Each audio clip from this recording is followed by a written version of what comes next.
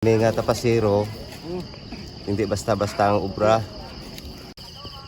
Budlay mo ng bral, ma'am. Wala mo ni kabalo nga ari ko di ma'am. Dapat kanya arak sa eskwelahan. Tungod sa katigaduhon, lakad to ko ding obra para sa akong pamilya ma'am. Sa likod ng tamis ng bawat butil ng asukal, ilan sa mga ito ay ang mapait na sakripisyo ng mga sakala.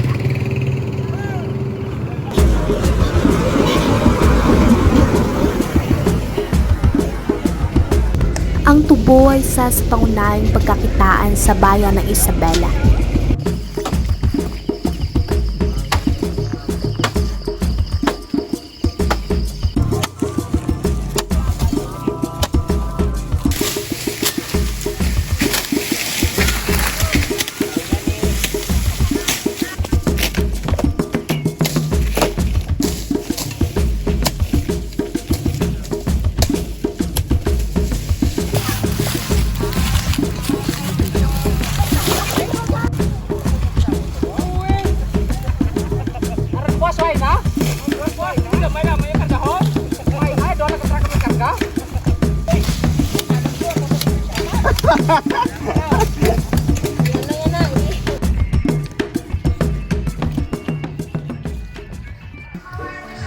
Tulad na lamang ng batang nakilala namin, si Alan.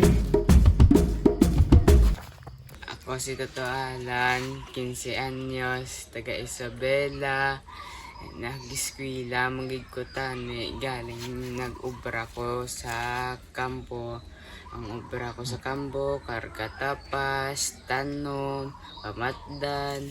Do sa 3 ko katuig, do alos na naubra, naagyan ko na.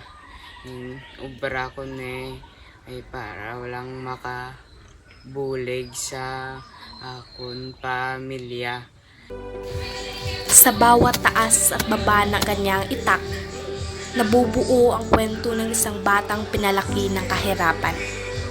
Ang pagtatrabaho sa tubuhan ay hindi lamang paraan ng kanyang pamilya upang mabuhay. Ito na rin ang kanilang nakagisnang pamumuhay. At sa murang edad, si Alan ay natutong magbaraya. Isang tabi ang kanyang pangarap at tanggapin ang responsibilidad.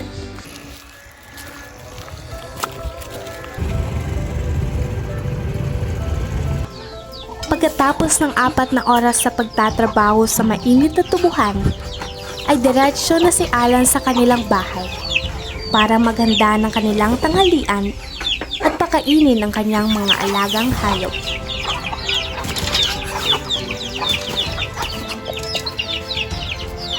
Ngunit sa kabila ng kanyang tapang at determinasyon, may lihim na pangarap sa puso ni Alan.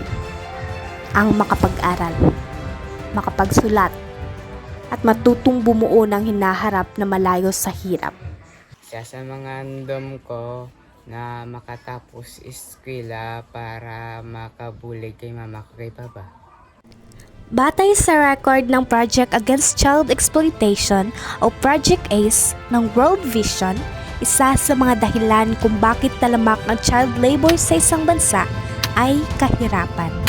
Si Toto Alan sa panimalay na binuligon sa kagwala sa babae sa Burakag, ang pinalanggaon sa ginikanan. Siyempre, saan din?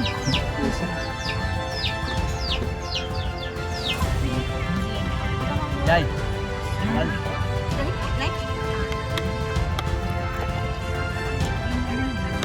Ang handong ko kay Toto Alan yung makatapos sa eskwela.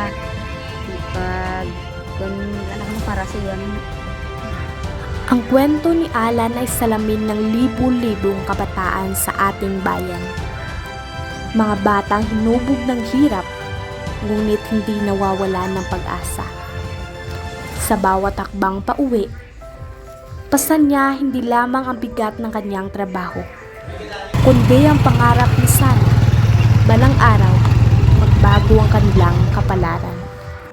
Para sa iyo, sa anong paraan mo mapapatamis ang pait ng kahirapan?